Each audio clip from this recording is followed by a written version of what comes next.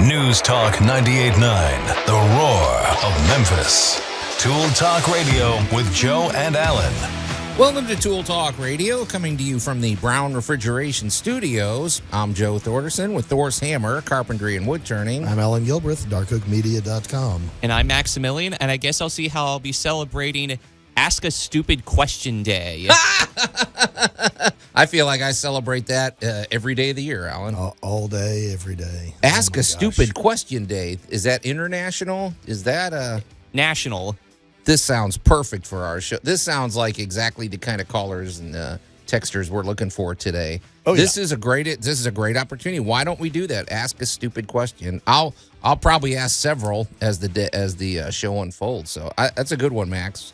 We are definitely going to lean into this holiday. So if you want to get involved in this holiday or in the conversation today, you can call or text us at the Big M Roofing and Remodeling Hotline at 901-683-0989. We also invite you to go to the Tool Talk Radio Facebook page and check out the posts we've made over there, including our great moments in building history. I don't know if we've ever had such a large, I guess you can call this, it's not a single construction, it's sort of a network of constructions. But today on Great Moments in Building History, we're going to talk about subterranean Switzerland.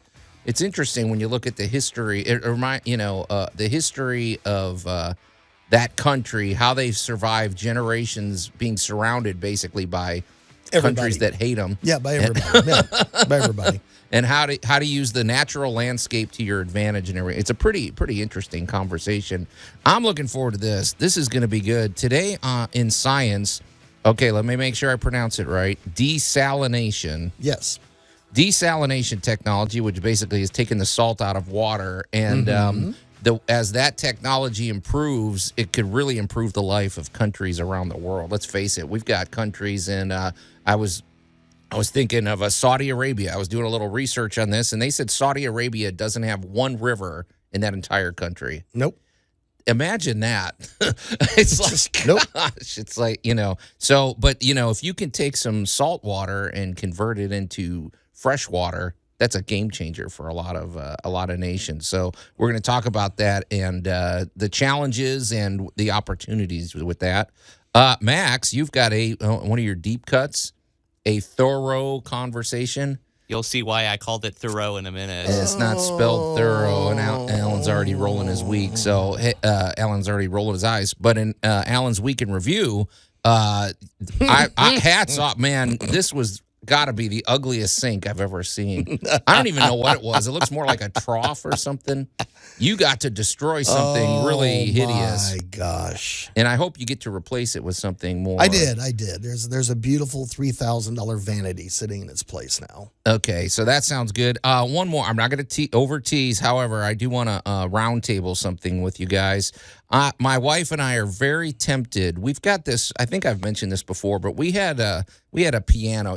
Getting rid of a piano, it seems like it should be an easy thing. Nobody wants your old piano, nope, folks. I hate to say it. You can roll it to the street, and there it will sit. It weighs 500 pounds. Nobody can lift it. It's a beast.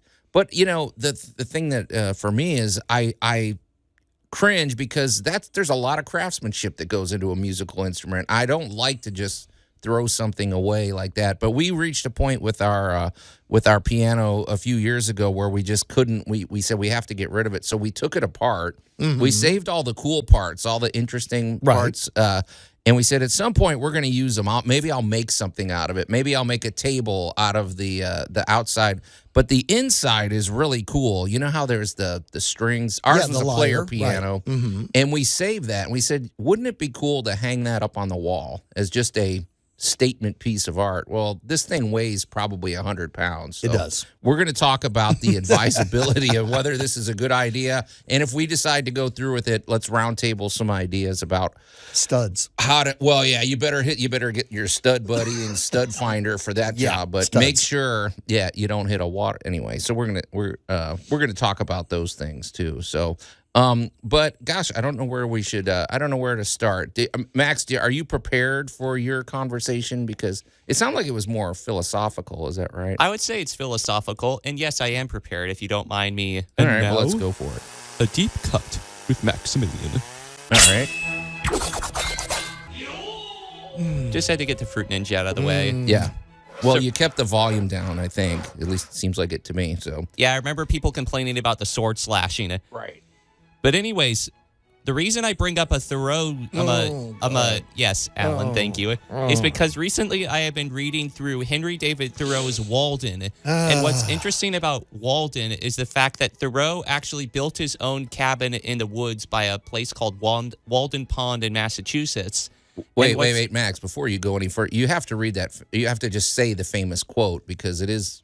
I went into the woods because I wanted to live life more deliberately. Right. And if you ever watch the Dead Poet Society, Thoreau is like the man on that one. Yeah, But yeah. anyway, all right. So Well, go ahead. All right. So Thoreau, I'm looking forward. He to always has to bring the downer side. I'm looking on it. forward to the accept. So, Okay. anyways, what's interesting about Thoreau is he actually, during the beginning of his book, actually made calculations for how much it cost him to actually make his cabin in the woods. And so he literally did. This isn't poetry. He made a cabin. in the No. woods. I will give old Henry mad props. He said, "I'm going to go live in like the Unabomber." Well, in a fit of brash anti-bravado with his dear buddy Ralph Waldo Emerson, who was quite wealthy, by the way, Yeah. Henry decided that he could live like a king as a pauper, and proved it. Now, this is where I give the man absolute mad props. He went, "I'm gonna take my toys and I'm gonna go live in the bleeding woods." Yeah. And he did. He did. And for any of you that have never read of Walden or on Walden Pond or whatever the modern title is these days, it is an interesting read as an urban person discovers rural life. Okay. It is an interesting treat on the intellectual going out and discovering the basics of rural life. I think we all should do some of that. So, And so where, like I said, where Thoreau kind of, I give credit to him is the fact that he actually calculated the cost of his experience. Back in the day, the total costed him $28.13, which back then would have been equivalent to about the annual rent rate for a home. So rather than pay a year's worth of rent, he just decided to make his own home and have no more payments to make. So if you're trying to calculate that in modern terms, estimates range that it's about $2,800 in order to make his house. wait, what year are we talking about here? That was Oh, we are before 1900. 1845. 1845. Yes. Huh. Yes. And where did he live? What part of the country did he live Walden in? Pond in Massachusetts. Okay, it gets cold there. Oh, yes, it does. He had to think about. Wow, I'm really interested. Well, he do didn't we have think about a lot of things. do we have any sketches or anything of this? You have hut an that he entire grew- book and an entire notebook. And I believe that I thought Really? the structure is still standing. So he went out and he decided to live. And, well, I guess what I appreciate that about that is I always think about, okay, well, if the grid goes down, we don't know how to do anything anymore. We don't know how to get our own food. We don't know how to whatever. You might not. I'm just saying, if the grid ever went down, go move out with some farmers or something. They know how to take care of themselves. Absolutely. But I don't think that's a bad thing for us to know how to do. To just strip it down and know how to take care of yourself and survive and all that. So Well- how long did he live out there? I guess I'm wondering. 2 years. 2 years. Wow. Okay. Now, he made it longer than all of his friends estimated he would make it. And then his intellectual boredom got the best of him. Okay. And, he went wandering back to society to, be a dinner fop. He made his own food. He caught his own food. He grew his own food. He more or less, he bartered and begged and grew and Hey, how many of us could do that? That's pretty interesting. Well, He sounds like he would have been a hippie if he lived in our day. Well, exactly. All right, to praise him, he had the gall to go do this. To take a little air out of the accomplishment, in 1840, everybody was one generation from the farm. Okay, yeah. right, People were a lot more used to. We didn't have electricity yet. we were still using wax and oil lamps, and we were still, we were a advanced society for the technology of the day. But the technology of the day was much more portable than our technology now. Huh. Hey, Max, did he have any carpentry experience in his background? Did you notice? Or? I believe he just kind of like made it by hand. I don't think he had any previous. No, he did not. He was a college student essentially. Well, good for him, man. I mean, that's kind of cool. And I wonder what sort of structure. I mean, he had to make it that it's going to stay up for 2 years. He had to make a roof that protected him. He had to make it insulated. There's a calculation in his book that I find a bit concerning. 31 cents for hair. Wait. and it said more than I needed, which is about equivalent to $30 today. I don't know why you would need hair in the construction of a cabin. Insulation. Right? I do, because that would have been horsehair, and that would have been insulation. Okay. So at that point in time, $1 worth of horsehair would have probably filled this entire studio. He had plenty. Yes. I hate to ask, how did they get this horsehair? Is it before? Were the animals pre-deceased? Well, they're always being groomed. And back then, everybody had horses. There were no cars. Okay, good. All right, so it was like off their mane and everything. This it wasn't was like the mane and the tail, and this was part of everyday grooming. But horsehair back then was also very commonly a part of your couch. Or you're stuffing in something, and it was often used in insulation. And he was hanging with a farmer, so, he wasn't too far away from all that. Okay, good. Well, we always support rugged individualism on Tool Talk Radio. Rugged is not a word you would use for Henry David Thoreau, but I will give him mad props for just having the gall. Yeah. He said it, and then he went and did it. Yeah, and how many of us would do that? That's like that guy Chris McCandless from that book Into the Wild. That's what it reminded me of exactly. He probably read that book. So. Although he died. All right. Well, hey, you guys, when we come back, we're going to swing the entire other way. We're going to talk about high technology and desalination of the salt water. Tool Talk Radio with Joe and Allan. Call poison control if you're bit by a spider. But check that it's covered by your healthcare provider. News Talk 98.9, the roar of Memphis. And welcome back to Tool Talk Radio, coming to you from the Brown Refrigeration Studios. I don't like thinking about spider bites, Max. I'm Joe Thorderson with Thor's Hammer, Carpentry and Wood Turning, here with my buddy Allan Gilbreth from darkoakmedia.com and our pal Max over there behind the glass. You can call or text us at the Big M Roofing and Remodeling Hotline at 901-683-0989, especially if you have what you think is a stupid question, because today is Ask a Stupid Question Day, a very unique holiday. I would love to know who spearheaded that. It was the 80s. It came from the 80s? There's an unknown origin to it. I'll just keep it brief. They said it was around the 80s, and it was teachers dreamed of the idea of encouraging their students to ask questions without fear. That's a good policy. I was actually a teacher then, and actually it did come from teachers, and yes, and it was to prove that there was no such thing as a stupid question. And how many times have somebody said, I want to ask a stupid question, and it's usually a very profound question. And it's usually the best question of the day. It is. Yes. It's the one that cuts to the heart of the issue. And so really, I think I agree. I don't know that there is a lot of stupid questions out there. And I look at things and I look at people and I go, you know what? If you don't know, ask. Yeah. If you don't know, ask somebody. The smartest people in the world ask questions. That's how you Constantly. learn. So Yes. just don't bother us with too many questions. Look at Socrates. He was called the gadfly of Athens because he kept asking stupid questions. Yeah. Yep. Well, that was a strategy with him too, right? It was.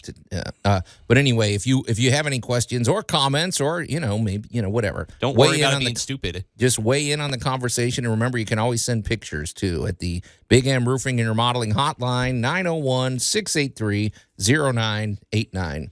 All right, well, you guys, let's shift gears here. Hail science! This is interesting. It's amazing how much show content we get out of YouTube or something. Well, I mean, you usually are pretty well versed in this stuff, Allan, and then I mostly discover it on YouTube. I hate to say it, but these algorithms know me like because these things, I don't seek them out. They always pop up. And I'm like, oh, let me check out this video. But some videos popped up all about desalination. Well, you hit one, and then it leads you to others, which is interesting. But it's called a rabbit hole. Yeah. Yep. But basically, the technology of removing salt from water.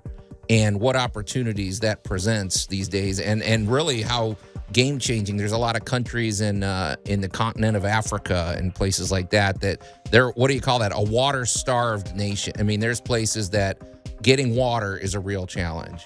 And if you can convert salt water, if you can pipe in salt water and convert it into fresh water, that could really benefit a lot of countries. So, well, to since we brought up Henry David earlier, we're going to continue quoting classic literature, and I'm going to go to the Rhine of the Ancient Mariner and tell you, water, water everywhere, yet not a drop to drink. Yep. The trick is fresh water. Right. There's plenty of water.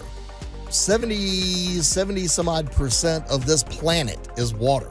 And then there's us. How much, what percent of water are we? And in 2014, an expedition discovered that below the surface of the crust of the earth, there's like another layer of water that's like twice, 2 or 3 times the size of our ocean. So we're not hurting for water. So the more people are getting their fluids. Yeah, we got fluids here. So. We have fluids, but are they usable? Right. We need that fresh water. That is the quick. All right, so and clean, obviously. And salts and minerals. When we start talking about desalination technologies, you're removing the things that will try to kill you. Yeah. Okay, so will salt water kill? I always wondered what happened because when I would go surfing, once in a while you get a mouthful of salt water. That's correct. It tastes bad, but I always wondered, well, if I drank any of this, would I actually, what does it do to you? Does it just dehydrate you? Or well, all right, let's talk about the human kidneys. Okay. Let's talk about why salts and minerals are what they are. One, you have salt in your blood now. You have a certain percentage of salt water in you as we speak. Yeah, and that makes sense. That's why salt tastes good when we put it on food, and it can also make your blood pressure go up or down and all that good stuff. And your body removes excess salt through the kidneys. Right. Okay. Now, if you keep getting too much salt or too many minerals, you develop things like kidney stones.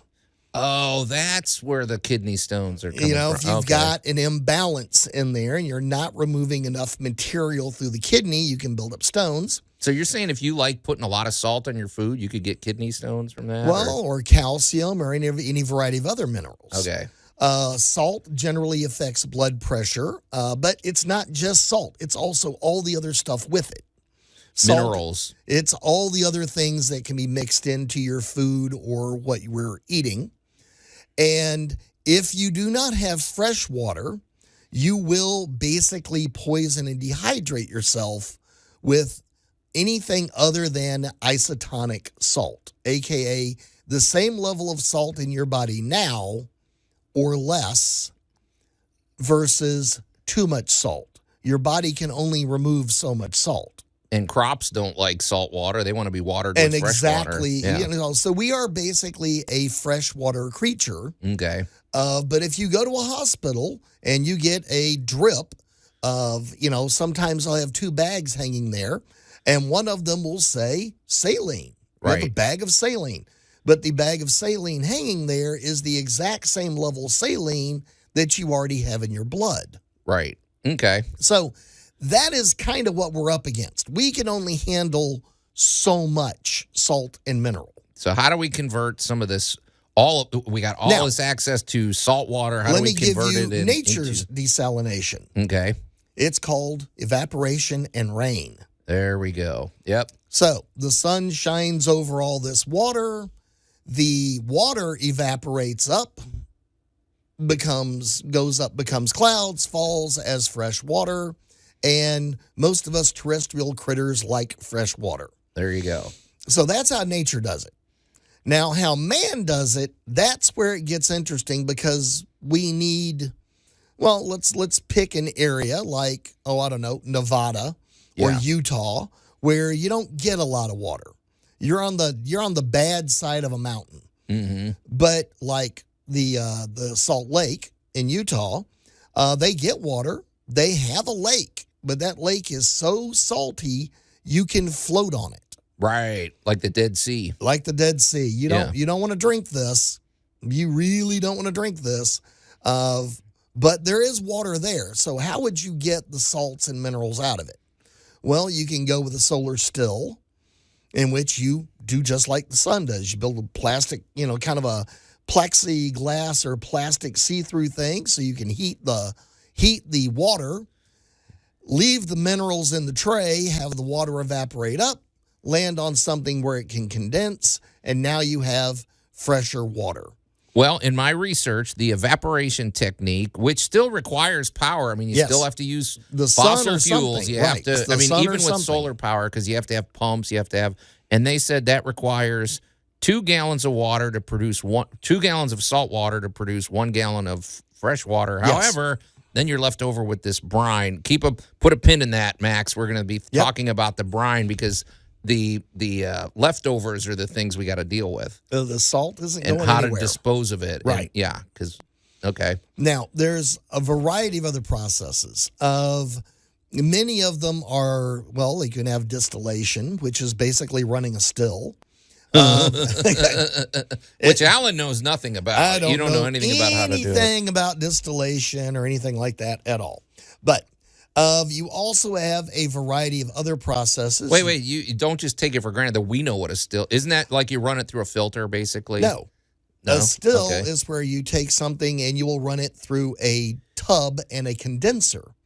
So you'll heat the substance you want to distill. In this case, I want distilled water Okay. because I want water with no minerals in it. So I'm going to have a big tub of water and I'm going to heat it till it starts steaming. Then I'm going to run it through a copper tube. And as it cools, it'll condense and drip out the end. And I will get distilled water. But that doesn't have any minerals in it. We don't want distilled water, right? Well, Isn't that the just- stuff I'm that's just like... saying, I'm just Okay. saying, if I want to get rid of the salt and minerals in the water, distillation is one of the processes. Okay. What is that one that runs through a filter? Because Well, now that is of a couple of different ones. You have one where it's a semi-permeable membrane, a.k.a. the holes in the membrane are small enough to let water through, but too small to let the salt atom through. Okay. All right. So we're trapping the salt on one side of the membrane and the water is moving to the other. right. Okay. And there's even a centrifugal version of this in which you try to spin the salts and minerals out. Well, they're getting a handle on. So there's a lot of different approaches. Yes. The good news is there's some approaches that are starting to work, and the big thing is they're finding uses for this brine that's left over. So this could be a win-win-win-win-win. We're going to follow up. We have a few more parting comments about that when we come back here on Tool Talk Radio. Tool Talk Radio with Joe and Allan. Dad, your hand is jammed in the toaster! News Talk 98.9, the roar of Memphis. Max, I don't think okay, thank you for turning my mic on. Welcome back to Tool Talk Radio, coming to you from the Brown Refrigeration Studios. I think he's trying to send me a message there. Joe, he might That I have indeed. all the power. No kidding. I'm Joe Thorderson with Thor's Hammer, Carpentry and Wood Turning, here with my buddy Allan Gilbreth from darkoakmedia.com and our pal Max over there behind the glass. You can call or text us at the Big M Roofing and Remodeling Hotline at 901-683-0989. We also invite you to check out the posts we've made over at the Tool Talk Radio Facebook page. And today is a great day to get in touch because today is National Ask a Stupid Question Day, which we've said we don't know that there are a lot of stupid questions. Well, sometimes there are, but mostly it seems like the people that ask the questions they think are stupid are actually very in-depth I have questions. today's stupid question. I've I've already been asked it. We have two. Well, we have a question and a comment on the text We line. actually have so 3 now. Oh, we have Awesome. 3. Okay, well, hang on. We're going to get to the Dave. I think has a more complex question. So, Dave, hang in there. We are going to address yours, but since we're in the middle of the we're in the middle of a conversation talking about desalination, which is basically the technology of taking salt water out of taking the salt out of the salt water. What to do with all the brine that's left over, because you can't just dump it into the ocean. You're going to ruin the ecosystems there. However, there's a lot of uses for that. Our technology is improving to the point where they're making it more efficient. Like I know there's a lot of solar technologies you can use to remove it, and this is going to benefit a lot of countries as this technology advances. But Alan, you were also talking about how does this tie into our home? Because absolutely. Why do we care about this? This is far away. Well, no, it isn't. Well, there's a big hit show on TV right now called Homestead Rescue. Okay. And people are getting into portable housing, tiny housing, and homesteading again. Yeah. These are I mean, like Thoreau. Your man today is why I'm not picking on him too bad, because he is very topical for what a lot of people are looking at in alternative housing. Right. Because not everybody wants the little mansion in the suburb. A lot of people have different lifestyles. And the less is more. Well, and desalination also oddly mirrors what we're doing in batteries. Well, battery technologies are constantly improving. Right. And this week, my cute little power inverter got used a lot. Right. Where, my little 18-volt rechargeable battery was running monitors. So he did a great job. So how does this apply? This is a technology that ties directly into where you can live, how you can live, of what you can do with the water where you're at. Well, think of that. You could live in a remote spot, and it's like, well, we don't have access. Because even if it's not just pulling salt out of the water, you're talking about water purifying technology, right? Exactly. There you go. And now that opens up a lot of opportunities. You can live in any number of places that you couldn't live before. So. Well, and what that does, and you mentioned Saudi Arabia, and I'll just mention New Mexico. Yeah. No kidding. You've got areas where there's not government water. Mm-hmm. There's not a municipality pumping, but there could be access to a well. However, that water may not be potable or drinkable. I got news for you. As it comes up. Now these technologies turn that water into usable water. Right. Growing up in Glen Ellen, Illinois, beautiful, beautiful community, but there was the unincorporated part of Glen Ellen. And my buddy, he had a house there, and they had well water, and it was terrible. It stained the sink. It was awful to drink. And I'm just thinking how much he would like some of this technology, because the advanced filtration there's so many technologies tied directly to this that make our comfortable life existable in wider areas. And also, we talked about this brine that's left over. There's a lot of products that they're discovering they could use this for. I thought Roundup and things like that are basically salt, right? I mean, it could be used for for detergents and things like that too. So I mean, like I said, I'm always sort of hopeful. I think if we can just quit fighting and arguing with each other, I think we've got a bright future ahead. Well, yeah, if you look at it and kind of go, all right, is this a negative or a positive? Well, it's how you look at it and what you can do with it. Yeah. So in these brines that are left over from these desalination processes is it a potable salt? Yeah. Well, all right. Well, can we refine it further? What other trace elements are in this water? Right. So there could be rare earth elements in there. There could be other marketable products in that water to go along with the salt. And I also think of how many diseases could be prevented for just giving people access to clean water. I mean, look at throughout history, and So, hey, Max, I feel like we ought to start addressing these texts. So, how about Brew Blaster? Because I think he had the most relevant one. So, is that your nickname for him, or is that? That's the text line nickname. Why do we assume Brew Blaster is a he? I guess we kind of can guess. I don't care. What does Brew Blaster have to say? Brew Blaster here. Fun fact, I don't know the exact concentration, but I do know that there is a lithium found in ocean water. It could someone make a desalination plant that also got lithium as a byproduct. So what do you think? The short answer is yes. The long answer is it economically viable? Like, how much work does it take to get How this much lithium? does it cost to get to it? Because, lithium is what? Is it a mineral? Yes. Okay. So you're trying to get the moisture out of this, separate it from the salt. I feel like it wouldn't be as high quality lithium as we might get somewhere else. It depends on what you refine it down to. Okay, so I guess the short answer is yes, we can do that. The long answer is it economically worth doing?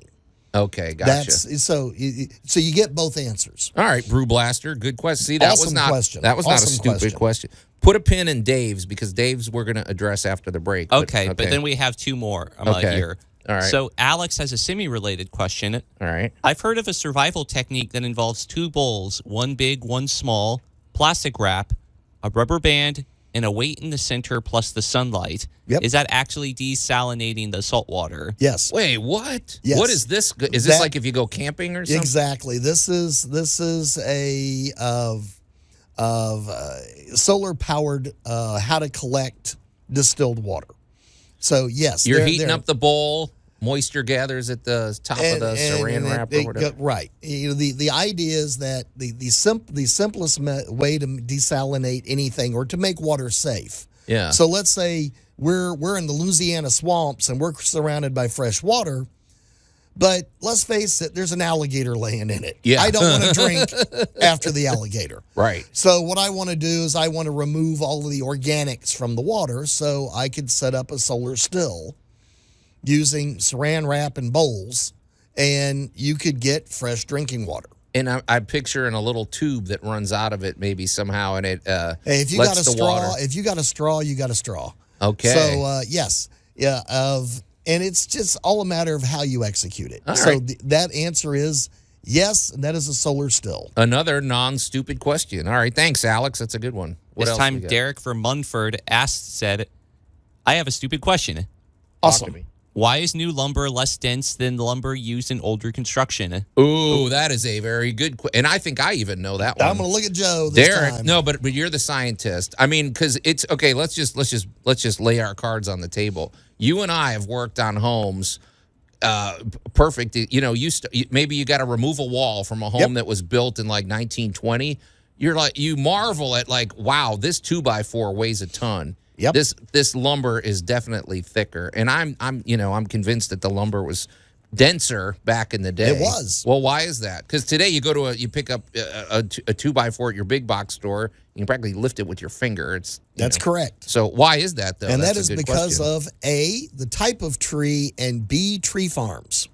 Oh, so we're Okay, so we are growing them faster and more efficiently. Mm-hmm. So when we do the tree farm, and it's usually pine, we'll pick on pine. It's usually some type of pine tree, and they are actually selected to grow fast and produce as much wood as possible. right. If you go back to a home, I just worked on a building not too long ago from about 1905. Yeah. And that was really a 2x4, not trimmed down like we have today. And it was an old growth tree. It grew in a forest, so it didn't grow as fast, but it grew a lot more dense. Right. Because it didn't have the accelerated growth rate. So today, the tree farms we have very efficiently grow trees and give us lumber at affordable rates. However, that lumber is less dense than somebody that grew up with some real competition.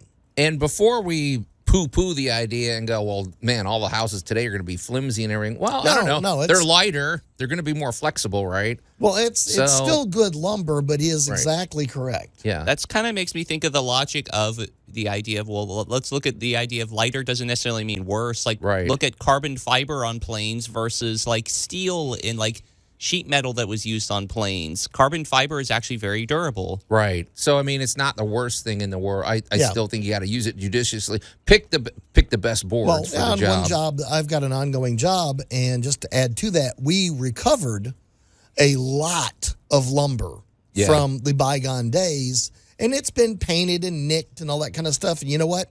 We kept every single bit of it, and we're resurfacing it. There we go, repurposing. So these are great questions. These are not stupid questions at all. Keep this Dave going. has a very complex question, and we're going to address that when we come back here on Tool Talk Radio. Tool Talk Radio with Joe and Allan. I'm not saying I'd like to build a summer home here, but the trees are actually quite lovely. News Talk 98.9, the roar of Memphis. What was that sound? Oh, Princess Bride. Okay, very good, Max. I don't know Swamp. where you found that on the spur of the moment, but good job. And welcome back to Tool Talk Radio, coming to you from the Brown Refrigeration Studios. I'm Joe Thorderson with Thor's Hammer, Carpentry and Wood Turning, here with my buddy Allan Gilbreth from darkoakmedia.com and our pal Max over there behind the glass. You can call or text us at the Big M Roofing and Remodeling Hotline at 901-683-0989, especially if you have a stupid question, because today is National Ask a Stupid Question Day. And as we're discovering, our texters don't have any stupid questions. They actually have some pretty good ones. Banging, man. Banging. They're on a good roll. And we've said in the past that a lot of times when somebody prefaces something by saying I have a stupid question, it's usually going to be a pretty good one. So we're gonna Dave had a really good question that we're gonna jump on to in just a second. But you know who never asks stupid questions is our good buddy Larry Brown from Brown Refrigeration. If he's dealing with your HVAC situation, he's going to ask in-depth and probably state-of-the-art and cutting-edge technology questions. I don't know. He's always dealing with the I don't even know if that's a real term, but however you want to say it. But we love Brown Refrigeration because that is their stock and trade. Dealing with the latest technology and beyond, they're always looking ahead. Their business plan calls for, this is a relationship. This is when you have an HVAC system, it is one of the most important systems in your home, and it needs to be functioning at its best, conditioning the air. And this is a system that's very highly calibrated. You don't get in there and mess with your HVAC system. You can change your filters and things like that, but this requires an expert technician. And there's nobody better than the folks at Brown Refrigeration. They love Train systems and also the Remy Halo systems, which use the UV power of the sun to provide the cleanest air possible. Your HVAC system requires, maintenance within reason. It's not usually back-breaking maintenance. It's usually more of a preventative situation. So get Brown Refrigeration out maybe once or twice a year to look over your system, to inspect it, and also to keep those vents clean. Our air ducts clean. Keeping the clean air in your home is vital, and it's a great way to stay comfortable. We love Brown Refrigeration, and they also answer their phones, which I appreciate. You can give them a call directly at 901-362-1881, or go to their website, brownref.com. And Larry, if you're out there, I know you're long overdue for a visit. The guy works relentlessly. It's not easy to get him in here. But let's go back to our text line because, Max, we had a good text from Dave, and it sounds like we needed a little time to unpack this one. But what does Dave have to say? Dave says, we are purchasing a home in East Memphis with a half bath, and we plan to transition to a full bath and add a tub. My wife also wants a wood-burning stove. What size chimney pipe would we need to use, and how thick of a wall would we need to install bath venting along with fireplace venting? Okay, so do we need to offer a disclaimer so we don't burn their house down before, but... Well, the first thing I'm going to tell them to do is they need to become friends with the National Fire Protection Association. Okay. I knew you jumped to the wood-burning stove first before the bathtub, but go ahead. Either one of them, doesn't matter. Wait, now, I just want to make sure I understand, because a wood-burning stove, we're literally talking about like a pizza oven or something, right? Right. Okay, we're not talking about a fire. I guess it's a glorified fireplace, but it's a in your glorified kitchen. Fireplace, yes. Which is kind of a trendy thing. I wonder in 10 or 15 years if it's still going to be a thing. They were trendy for 5,000 years. All right, I'm just wondering because I didn't see pizza ovens and things like that till fairly recently in our. They're back. But okay, it comes and goes. Back in the 70s, we had the bread ovens, and so they come and go. Sorry, and just to interrupt. So, Dave, I happen to live in East Memphis, as I've said, and my home is about 70 years old. A good part of East Memphis was built in the 50s and 60s. So we're gonna since you didn't say, we're gonna assume that your house is somewhere in that neighborhood. Range, He's probably one of your neighbors. Okay. So, all right. The biggest thing I'm going to tell you before you dive in, and you're definitely going to be working with a contractor on this. Yes. You're Don't definitely going to be working with. Yeah. You definitely are going to be dealing with code enforcement.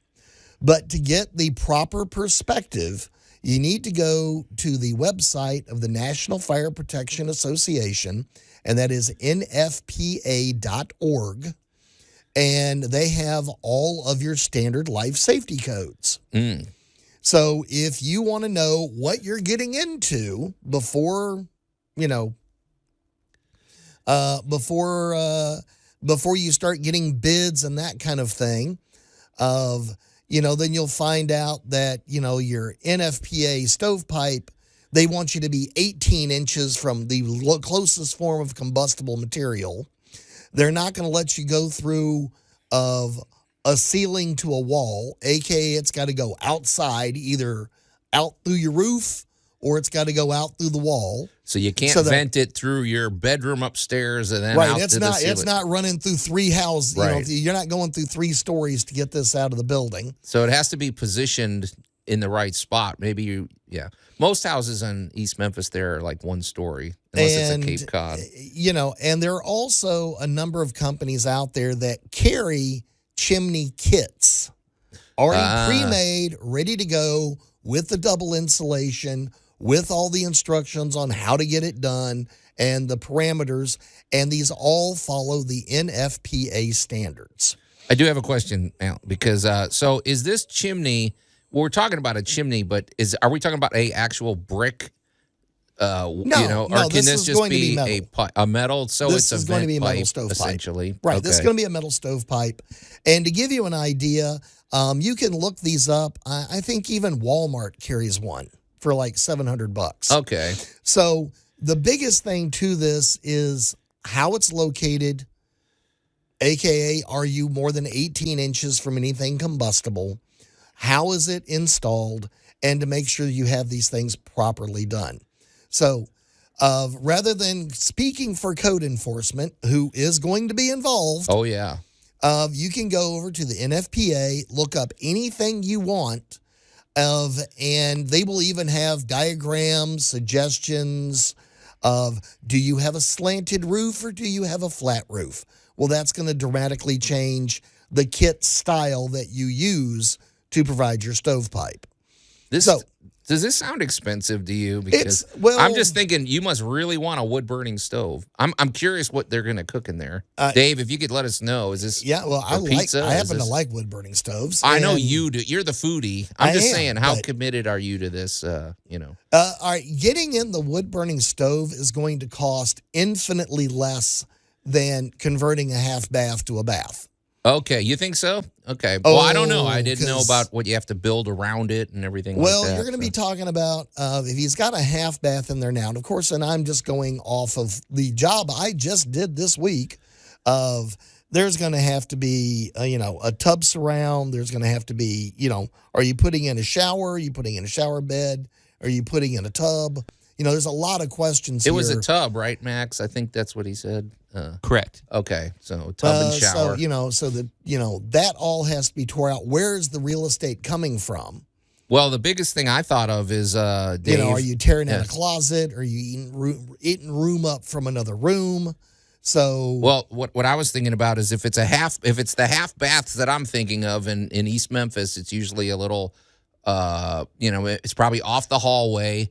Right. And you got to think about, you got to get a drain into the foundation there, or at least tie in to can you tie into where the toilet? It's going to involve busting up some concrete, unless, of course, you're on a crawl space. We don't know. We need a little more information. Well, but what we can do is prep him for the information he needs to ask the contractor. Yeah. Because there is a possibility he could tie in, but it depends on what's under there. Right. You and I have a little favorite segment to this show called 30 Years of Stupid. Yeah. Yeah, don't be a victim of that. Don't be a cause of don't be a cause of that.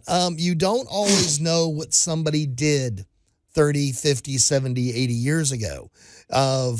If converting this bath to a full bath, they're going to have to know what kind of piping is underneath there. How are we going to get the water out? You've already got water run to it because you've got a sink. Yeah. And get ready. A bathroom remodel is messy, disruptive, and it's done in a tiny little space. Yeah. It's worth it. It's painful, but it's worth it. It's like getting a hangnail pulled. It doesn't get any better till you get done with it, but there's a lot to do, and code enforcement is going to, anything that wasn't up to code the minute you begin doing this, like, did you have GFI outlets?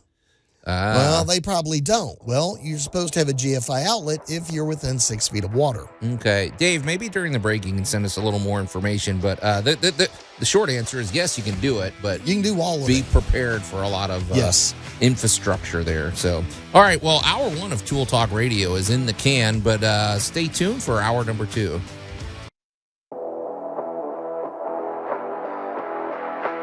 News Talk 98.9, The Roar of Memphis.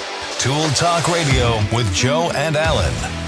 And welcome back to Tool Talk Radio, coming to you from the Brown Refrigeration Studios. I'm Joe Thorderson with Thor's Hammer, Carpentry and Wood Turning, here with my buddy Allan Gilbreth from darkoakmedia.com and our pal Max over there behind the glass.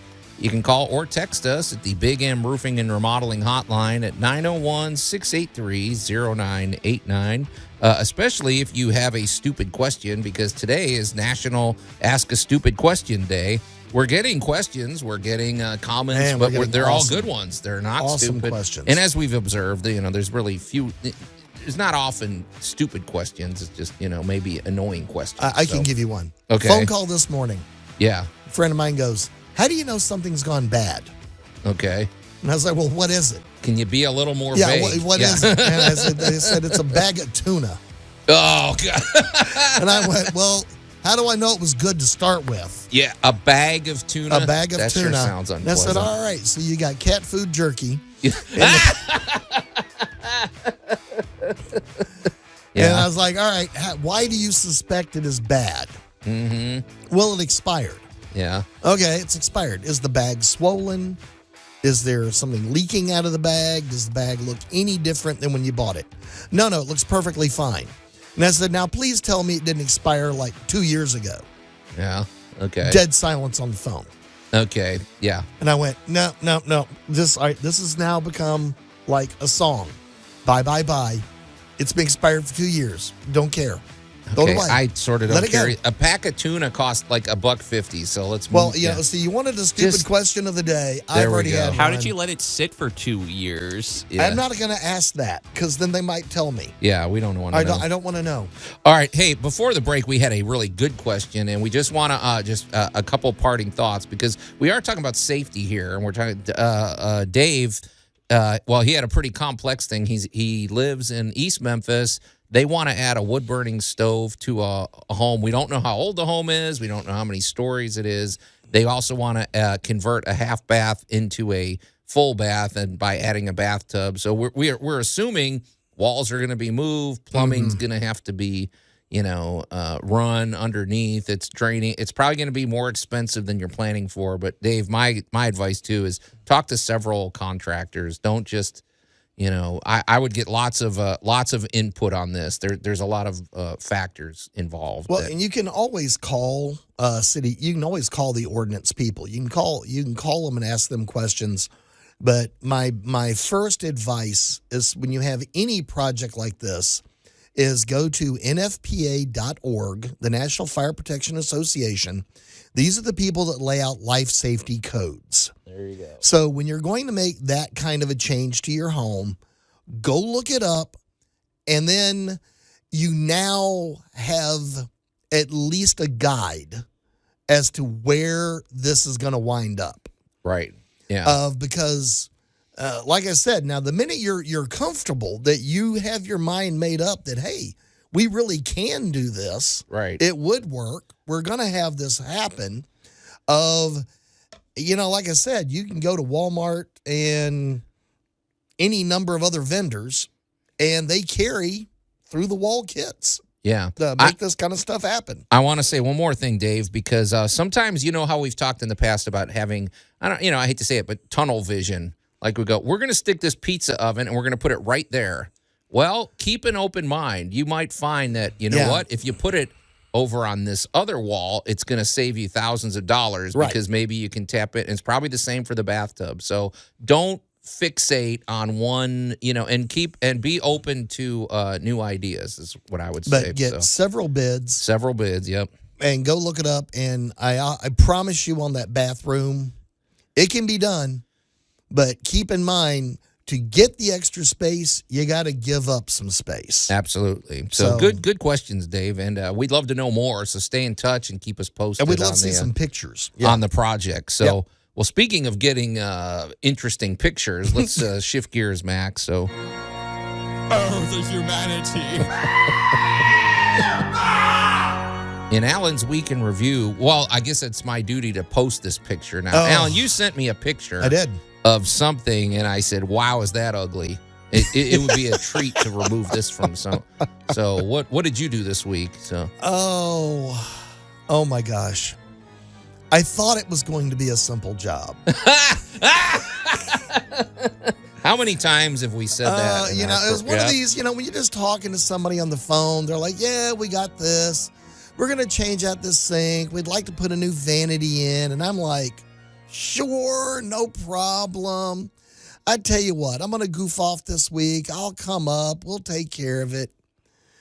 Oh, those are famous last words. Oh, my gosh.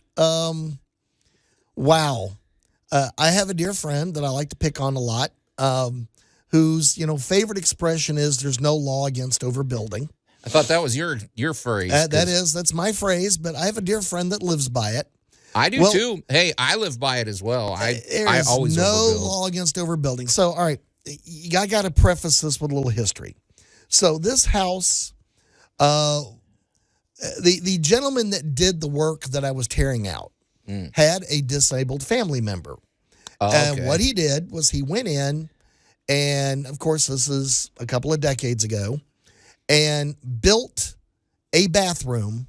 Completely removed the standard bathroom and went in from scratch and put in an absolute Hulk-proof bathroom. Okay. So for what end? Was this? Were they housing a gorilla or something? Well, this was basically so that no matter how much weight was put on anything, it would take it. Okay. All right. Well, weight-resistant sinks. It is now 20 years later, and the tiles have begun to pop and a few things. And I'll give him this. He did an amazing job, but he made one mistake.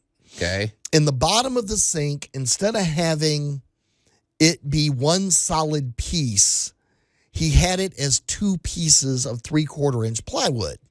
Now, 3/4-inch plywood is really impressive, heavy-duty stuff until you coat it with 2 layers of concrete board and about another inch of tile. May I paint a picture? Because I just want people to understand how horrifying that. So you sent me a picture. I did. It looks like a trough that I remember seeing at Wrigley Field. They call them the trough. And if you've been to Wrigley Field, you know what I'm talking about. It's not glamorous in the bathrooms, but it's like But it was made. We've seen that. We remember the tile countertop trend of the 90s, where impossible to keep clean. The grout was there. You had tile counter. Well, this is a sink made of like 1-inch tiles, and it sounds like he basically took wood, put layers of whatever concrete and waterproofing, and then put it. That's always going to leak. It's ugly. I don't know how you keep it clean. It's got to weigh a ton. It's not structurally sound. It's going to crack. This thing was a train wreck. I don't even know how it would not have passed code, right?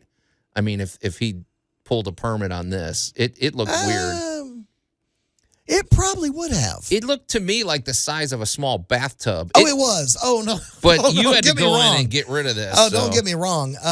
I got to post a picture. It's horrifying. When I slid up underneath it, and I was kind of like, okay, wow, this is different. Yeah. this is a custom job.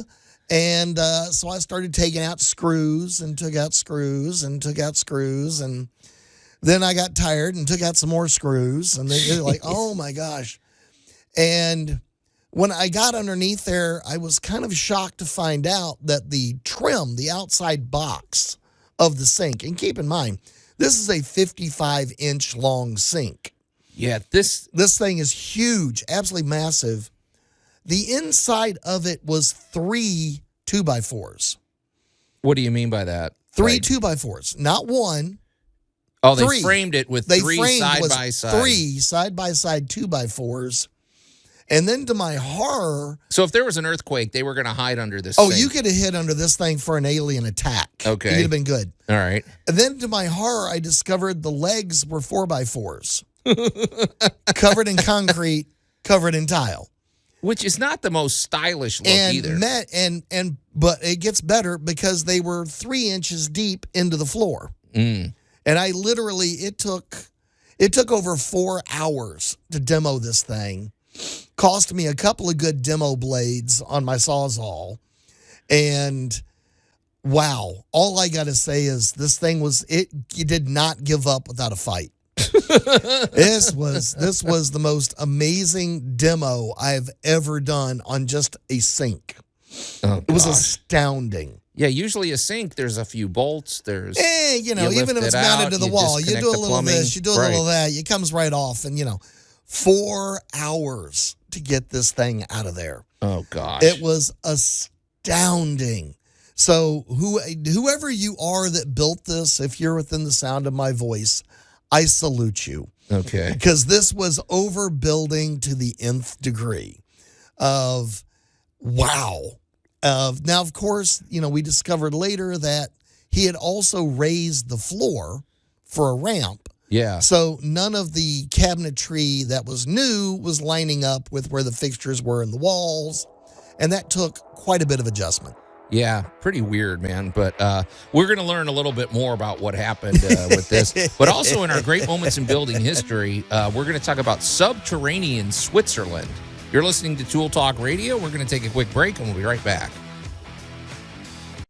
Tool Talk Radio with Joe and Allan. We painted the whole house, and without getting a drop of paint on anything but the flapping flotsam. What's that? News Talk 98.9, the roar of Memphis. All right, let's not overreact. And welcome back to Tool Talk Radio, coming to you from the Brown Refrigeration Studios.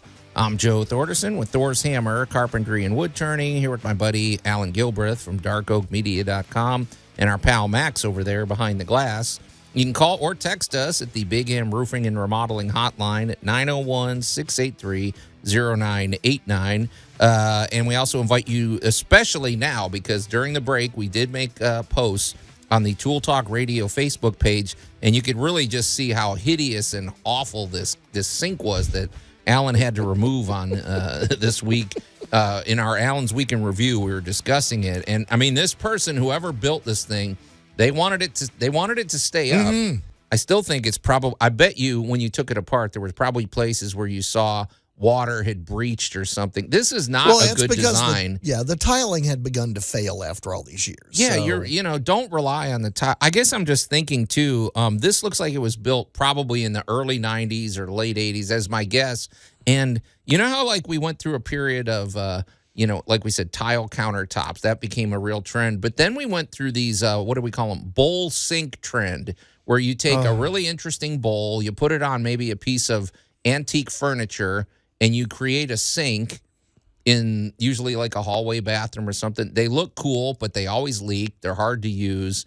They're more of an artistic statement. But I'm thinking if this person could have come across some big, I don't know, I'm thinking like a wash tub, like you'd wash your dog in or something. You know what I mean? Like they could have achieved this with a lighter weight, like put a couple faucets, and they'd have been in business instead of all this work. But I'm just saying this thing was very impressive, and for the purpose that if somebody had to lean on it or pull themselves up, I promise this baby wasn't going to move. Okay, yeah, but oh my goodness, taking that thing out was amazing. To me, that sounds like a case of tunnel vision, like we've always warned against when you're doing a home improvement. Don't just fixate on one idea. There's a lot of ways to get to the end result if you think about it. You don't have to, build this thing to withstand an earthquake. So, it would have easily.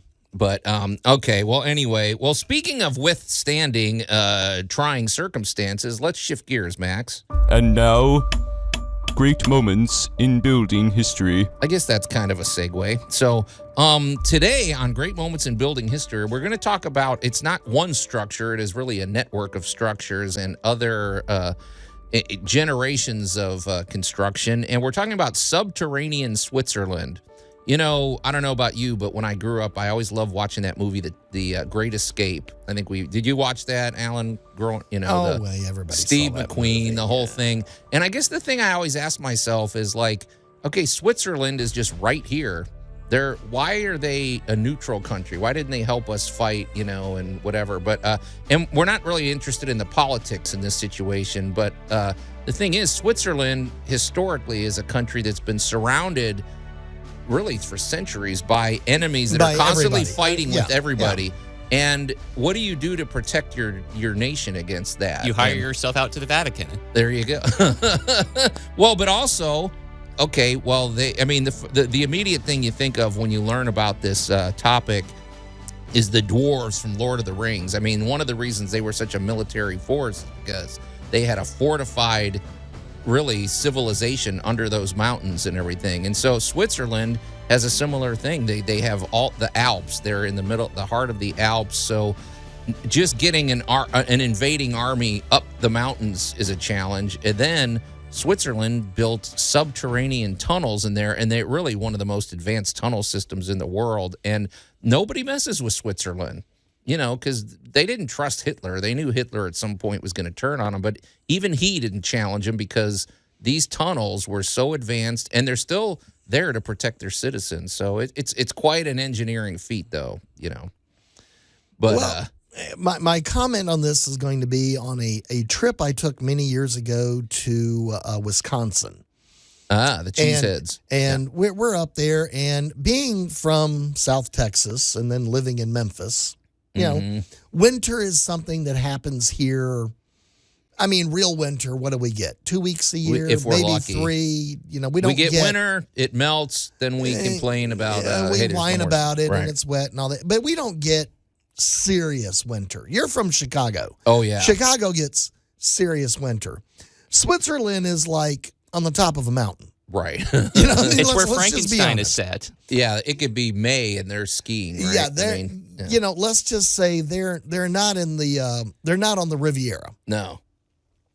One thing that shocked me when I got to Wisconsin, I'm walking around, and between buildings in a major city were these things that look like giant habit trails for people. Yeah. Look like hamster tubes for people. Yep. And of course, I was there when it was pleasant, and I had to be a typical tourist and went, okay, what's the deal with the tube? Mm-hmm. That's kind of cool. It's a great idea. And they're like, well, during the winter, you don't want to go outside. It's -40. Right. So Switzerland, I'm going to take my habit trail tube in Wisconsin and go to Switzerland and go, there's a lot of reasons you don't want to go outside half of the year in Switzerland. Right. Yeah. That has nothing to do with geopolitics or anything. It's just... It's cold. It's there. Yeah. And, when you live in mountains, you live on them or you live in them. Right. So welcome to Switzerland making the most of what they've got. Right. And so they buried this. So strategically, I mean, over time, it's funny. We always talk about how, necessity is the mother of invention. Well, it might have started off that marauding armies surrounding them was a good motivation to make like an underground bunker to hide out. But also, there's a lot of advantages. The temperatures are very stable when you get underground. Yes. It's a good place to make, they have quite a bit of infrastructure that's underground. It's not just a place to hide out. It's actually a place to there's things that, function under there. And it's almost like a little underground community in Switzerland. Well, they have entire data centers. Right, exactly. So it's geologically stable. Mm-hmm. It's in now an area where you wouldn't have to spend a ton of money refrigerating all the computers. Right, because the further down you get, didn't we see that with the seed bank that they have in Norway? The seed bank is actually someplace to be frozen. But naturally, we're not using refrigerants to do that. They went someplace that's naturally frozen and went, There we go. Right. In Switzerland, basically, once you get underground, it's 56 degrees. Mm-hmm. Okay. Well, that's perfect for if you've got a bank of computers generating heat. Right. Well, now you're heating the rest of the facility without spending money on heating and cooling. Right. So welcome to the advantages of this, of underground condos, filtration systems, emergency power systems. We just got through talking about desalination and water purification. They've got plenty of snowfall to draw from. Right. So welcome to Switzerland being modern day dwarves. Well, here's what it really is. It's a lot like the Lord of the Rings, only high tech. But I did have a question. So tunneling into tunneling into dirt and soil and everything Is one thing. Is one thing, and then but tunneling into rock, like for one thing, is Switzerland a fairly stable? I don't know if there are earthquakes or things like that, but tunneling into mountains, is that much more stable? You're talking about solid rock, right? Yeah. So, I mean, and so it's not going to shift. I mean, I guess you have to think about cave-ins and things like that, but I feel like that would be less likely than tunneling underground, right? So, Well, when you get to Swiss boring equipment of Is it boring or is it BO? they'd be BOR, would just be boring, as in we're going to bore a hole. yeah. Swiss boring equipment is some of the highest tech stuff in the world. It's by necessity too, I guess. Well, it's because they get a lot of practice and they do a lot of it. So they have got very efficient equipment to cut very specific size paths of. The biggest thing is they use a lot of X-rays, they use a lot of LiDAR, they use a lot of modern technology. As it has been developed, the Swiss have applied it to make sure that they are tunneling in a place that is geologically secure. The mountain's not going to slip. They're not going to have problems. Now, I have sort of a question because a lot of these structures were developed like a little bit back in the day, like in the 40s or Right. Coming up on the heels of World War II. Are there ways to build upon the old with the new, or is it kind of a delicate balance, especially when you're getting to something subterranean? D, all of the above. So many of the original bunkers only went in so far because of, the technology of the time. But now that we can go in deeper with seismic charges, we can see the actual internal structure of the mountain, how it's designed, how the weight is distributed. Of a lot of the bunker systems have now been connected. Like I said, they have entire data centers. They have entire network operational centers hidden in the mountains. Yeah, they have railways that connect them and everything. It's very, Which, ties in perfectly with all of our topics today and the fact that all of these advances are applying to how we're building homes today. Because we haven't even talked about the fact that they can now go in with additive manufacturing, 3D printing, and print out a facility inside of a hollowed out area. there you I go. guess the big thing that I take from this is I like the idea of the Swiss making something that was a foe into a friend, Yeah. Yes. There you go. Using your surroundings to your advantage. like Arrakis and Dune. Yeah. We're going to have a few parting thoughts about the subterranean Switzerland when we come back here on Tool Talk Radio. Tool Talk Radio with Joe and Allan. When Pam gets Michael's old chair, I get Pam's old chair. Then I'll have 2 chairs. Only one to go. News Talk 98.9, the roar of Memphis. Well, I guess you all have to have a purpose in life, so. I hate to break your spirits, Creed, but I have the 3rd chair. Okay. Anyway, welcome back to Tool Talk Radio, coming to you from the Brown Refrigeration Studios. I'm Joe Thorderson with Thor's Hammer, Carpentry and Wood Turning, here with my buddy Allan Gilbreth from darkoakmedia.com and our pal Max over there behind the glass. You can call or text us at the Big M Roofing and Remodeling Hotline at 901-683-0989. And we also invite you to run over to the Tool Talk Radio Facebook page and check out the posts we've made over there. In a minute, we're going to jump back and we have some parting thoughts about our discussion in Great Moments in Building History dealing with subterranean Switzerland. But before we get to that, we want to talk about our good buddy, Jay Hill with Big M Roofing and Remodeling, who I have to believe hasn't slept a lot in the last 2 weeks, who's probably been it's interesting. We sure hope everybody's staying as safe as possible with the anybody that's affected by Hurricane Helene. I hope, not everybody got out. Allan, I hate to say it. I mean, some people should have evacuated, but we feel that all across the country, and especially here in the Mid-South. And Jay has for the last 2 weeks last couple of weeks we've had pretty serious rain. We've had some winds, and that definitely is a time to pay attention to what's going on with your roof.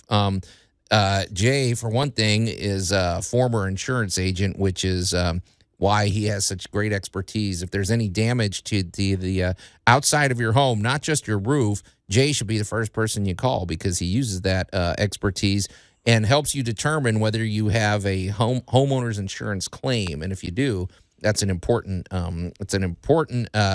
It's important to have an advocate in that process. But Jay is, we always talk about.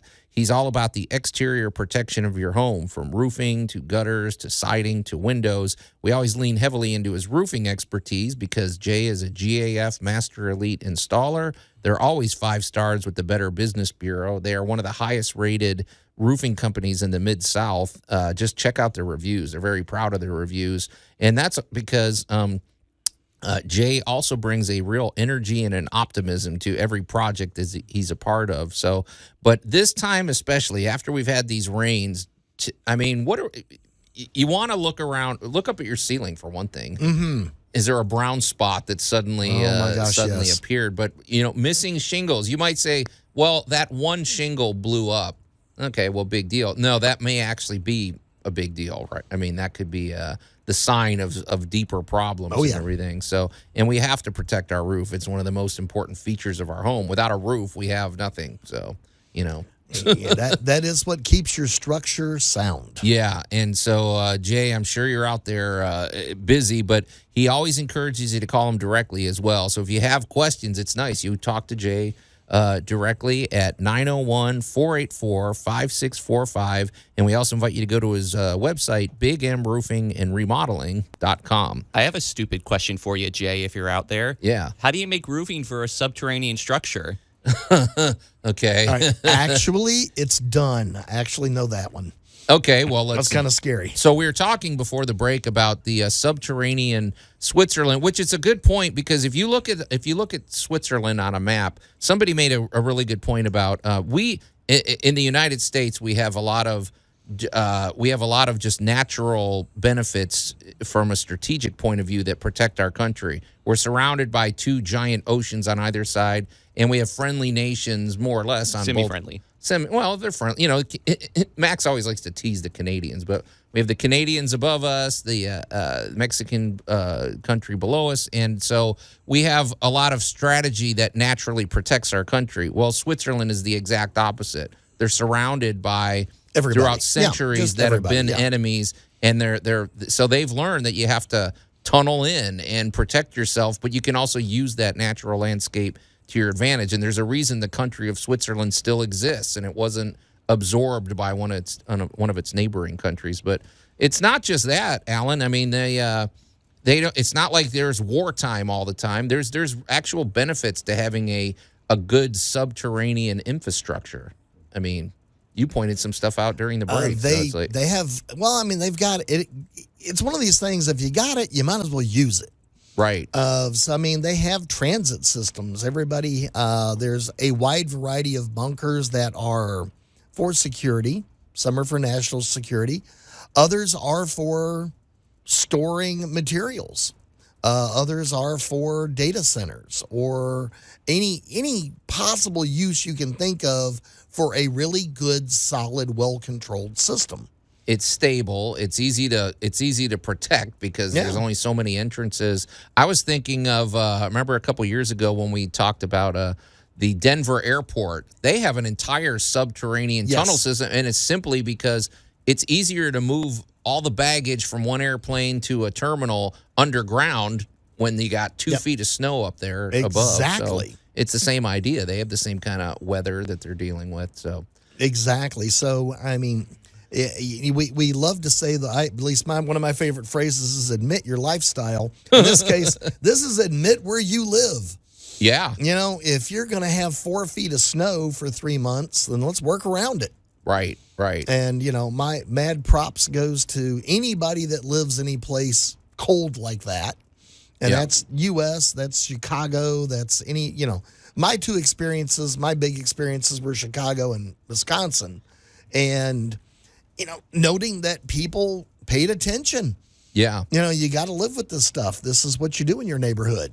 Yeah. And I will say one thing, as long as we're talking about the Swiss, one thing I've always appreciated, you know what a fan I am of the notion of rugged individualism. And I mean, the Swiss, Max, you pointed it out, they've learned to protect themselves. And as a citizenry, they're all pretty well invested in protecting their country. Well, the fact that, you know, there's like a compulsory male conscription for like citizens over a certain age, like you have to have some degree of service in the military for a certain amount of time. You know, learn how to use your rifle, and you even get to keep it afterwards, and you even get a nice Swiss Army knife from it too. So all the citizenry is well trained to kick your Kadittelhofer if they need to. And survival technique. You know, one thing you learn in the military isn't just how to fight; it's how to survive and how to, you know, live off the land and everything like that. So they have a pretty versatile, you know, pretty well talented, you know, citizenry. So it's pretty cool. It's a well-learned stereotype. Yeah. But anyway, that's our great moments in building history. It's a very interesting rabbit hole to go down if you if you want to get on YouTube and learn more. So, well, I want to change gears because a couple of projects. You said something. I do want to say one thing though, because you talked about something, Allan, earlier, about how it's like, okay, you went in, you were demolishing a sink. If somebody says, "Will you come in and remove a sink?" in your mind, you're probably thinking, "Okay, well, that's an hour's worth of work, maybe."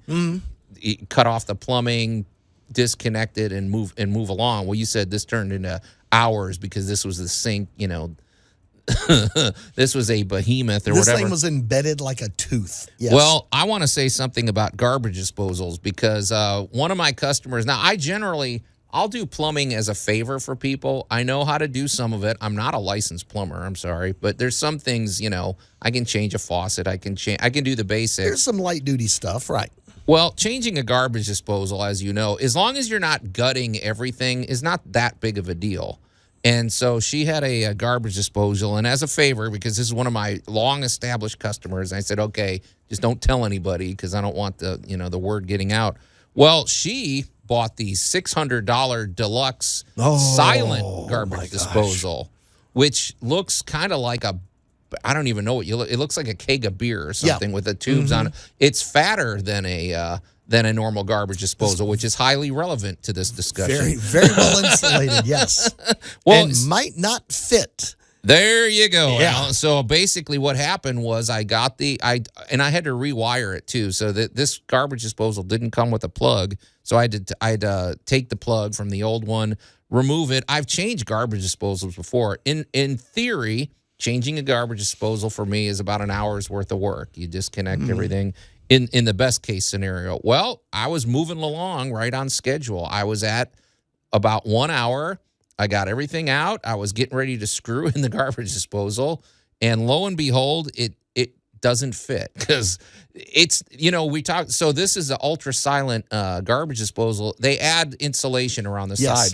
It's only about an inch wider in diameter, but it's funny how critical that can be in the. Oh yeah, it doesn't matter. It may as well have been a mile. And yeah.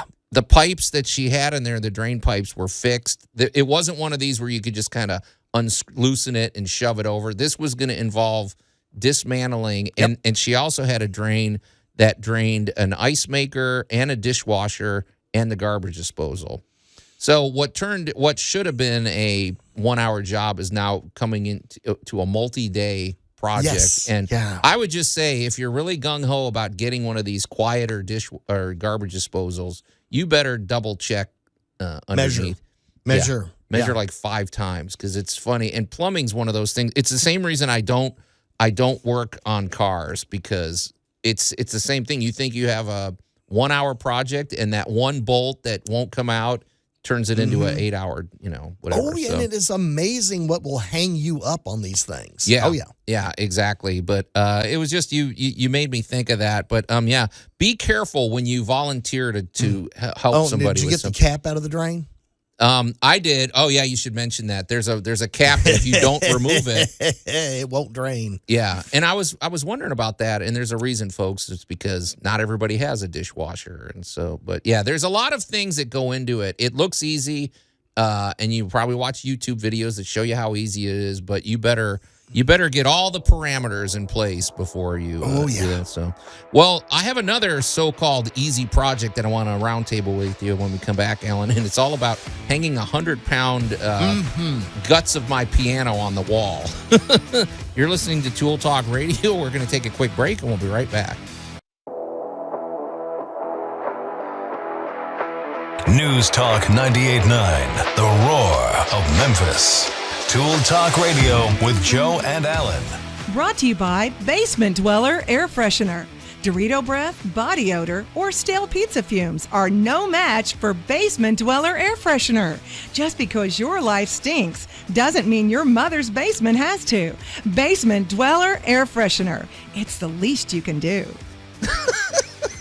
Now, you're not suggesting the Swiss are going to need this project or this product, are you, Max? Okay. Anyway, tread lightly, sir. Welcome back to Tool Talk Radio, coming to you from the Brown Refrigeration Studios. I'm Joe Thorderson with Thor's Hammer, Carpentry, and Wood Turning. Here with my buddy Allan Gilbreth from darkoakmedia.com and our pal Max over there behind the glass. There's still time to get in a quick call or a text at the Big M Roofing and Remodeling Hotline at 901-683-0989.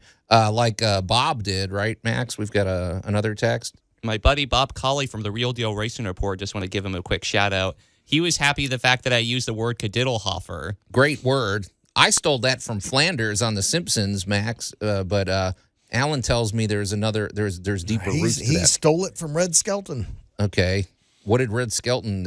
One of his major onstage characters was Clem Kadiddlehopper. Okay. See, I thought that just was another. Okay, You Flanders. just thought it was a funny sounding word. It's a good replacement for a cruder term that you could use. So okay, well, Bob, Red thanks was for very that. good at that on stage. Yeah, and we always approve of using the more clean version of words if you can. So all right, well, thanks for chiming in, Bob. We've had some pretty good texts today. So before the break, I mentioned something. Well, actually, at the top of the show, I mentioned that my wife and I are really tempted, and this is more of a round table, and I'm open-minded, Allan. I'm open to the idea that maybe this is a really dumb idea, and we want to explore whether this is something advisable. But as we said a couple years ago, we dismantled a piano because it just killed me to throw the thing out entirely. Nobody wanted it. We tried to donate it. I mean, it is a musical instrument. It worked. It was kind of beat up, but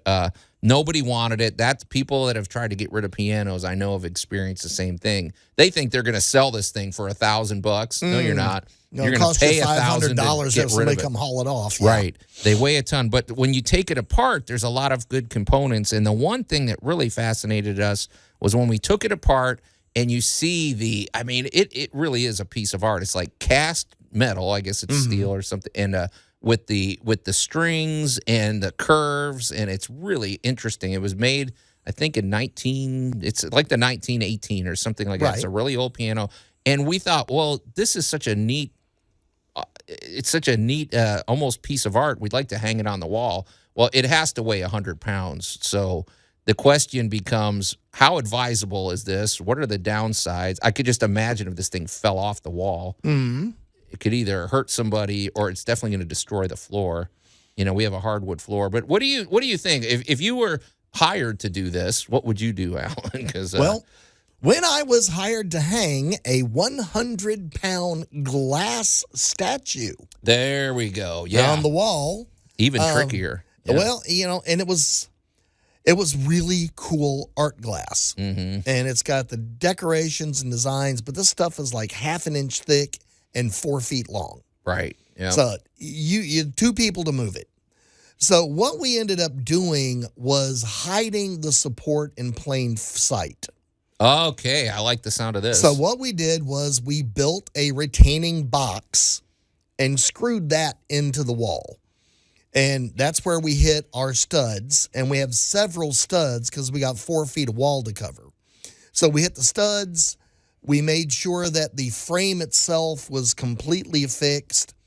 We put the decorative glass in, and then we put the decorative edging all the way around it that held it in place. Okay, so you had the weight distributed. Like it wasn't cheated. all just I on the cheated. bottom. So what I would do with what you want to hang, depending on how you want to hang it, is the exact same thing.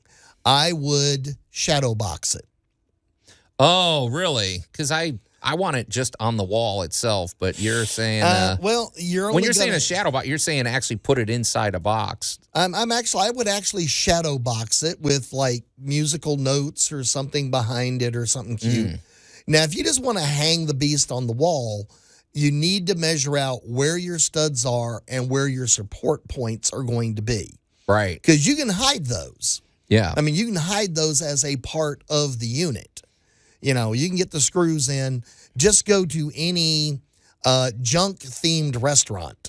Right. You know, there's many of them around the country of where they got stuff hanging everywhere. And you'll notice that if you look at it, you can find the screws, you can find the supports that hold all the stuff on the walls. Well, what I was going to say is, as I was pondering this, I will say this, folks, that stud sensor technology has improved quite a bit, because one thing is if you have a stud sensor, sometimes, or especially if you're just doing the simple one of using a magnet, you don't know. Okay, like you don't want to just hit the edge of the stud. You want to hit drill dead center into the center of the stud, and it's important that you know exactly where that stud is. So don't guess, because you might hit a stud, but if you're on the very edge and you start putting that weight on, it's gonna, but I was thinking of putting a lot of redundancy into this, where if something gave way, we have a safety, like probably something up above where it would hook the item. But the thing that's tricky about this too, and the reason I wanted to mention it on the air, is that just because this is cast metal, that stuff can still break. As a matter of fact, when we took it out, there was a part that snapped. So, man, if you're hanging anything heavy like this, you better make sure you check that you're not putting all the weight on this little thin intersection of whatever. I don't know if it's a good idea, but I still kind of want to do it. I think it's a great idea, I don't know. but I would shadow box it. I would double cheat, because I would have the full weight supported. Mm-hmm. I would have a new decorative element added to the wall. Yeah. So if you had a black shadow box and you have a silver, lyre piece or whatever the piece that you're using, right, you could really dress this up and make it a centerpiece. All right. Well, this is going to be an ongoing thing, and we'll keep everybody posted about this enterprise. But let's shift gears. We don't want to run out of time before we get to our must-have item of the week, which is a really good one. Allan brought this in, and I guess tell people it's on the Facebook page if you want to check it out. But. It is a contour guide. Okay, gauge or guide? It's both. It can measure and do all that kind of stuff. But really, what it is for is when you're trying to get, especially like flooring, and you're trying to get around a corner. You're always measuring and drawing and drawing and measuring, and you cut 3 times because you're worried you're going to overcut it. Now, this bad boy, you just slide it up there, let it get the contour, lock it. Take it over to your board, draw your contour on it, cut it, you're done, you're in. Well, the thing awesome. I've brought in my contour gauge in the past, although I have to say yours is a lot nicer. The one I have is metal. It's got little thin, spindly things, and they tend to bend and get jammed up. And this one's plastic. It's got it's a foot long. It's got little bevels on the edge of the plastic, and it seems like it's got a good, stable sliding mechanism where everything stays in place, but it's also I don't know, I like it better than the one I have. It's not going to rust or another thing. So, but you need a contour gauge, and it's a fun thing for young people too, because if you want to teach your kids about making things or whatever. It's a good way to get them thinking about geometry and just shapes of things. And you can't really hurt yourself with this thing. No, So you can't. it's You a can't good- hurt yourself, but We're a big fan of tools that for your kids that they can't hurt themselves. So. well, and it's also a great way of discovering that the world is not square. Right. Yeah. It is always slightly off, and this is a great way to catch it and make your job much more enjoyable. Okay. So that's our must-have item of the week, a really good contour gauge. All right. We only got a couple minutes, Alan. What did you do this week on Dark Oak Media? Well, on Dark Oak Media, we are prepping for a new season of Cooking Today. I know you're excited. Well, this is the season for that. It is. And I may disappear in a couple of weeks to go to a Bigfoot retreat. Okay. There you go. There you go. I want to hear about that. So, okay, all on darkoakmedia.com. All right, I just want to say before we get out of here, we are in that season, Alan. It's the Memphis Comic and Fantasy Convention coming up November 23rd and 24th. And we're very excited about our guest of honor, Brandon Potter, who plays Quintus from The Chosen. And he's also an anime voice actor and a video game voice actor. And he's going to be there on hand. If you're a fan of The Chosen, you know who he is. And he's a really cool guy, and the tickets are very affordable. We always wanted you to be able to bring your family. It's like 2 days of nonstop activity. It's really fun at the University of Memphis Holiday Inn, November 23rd and 24th. You can get your tickets at memphiscfc.com and follow us on Facebook as well. All right, well, pretty interesting show today, gentlemen, I have to say, and thanks to everybody who texted in with your great comments and questions. But it's time to get out of here. So on behalf of my buddy, Allan Gilbreth, and our pal Max over there behind the glass, I'm Joe Thorderson. Thanks for listening to Tool Talk Radio, and we'll see you next week.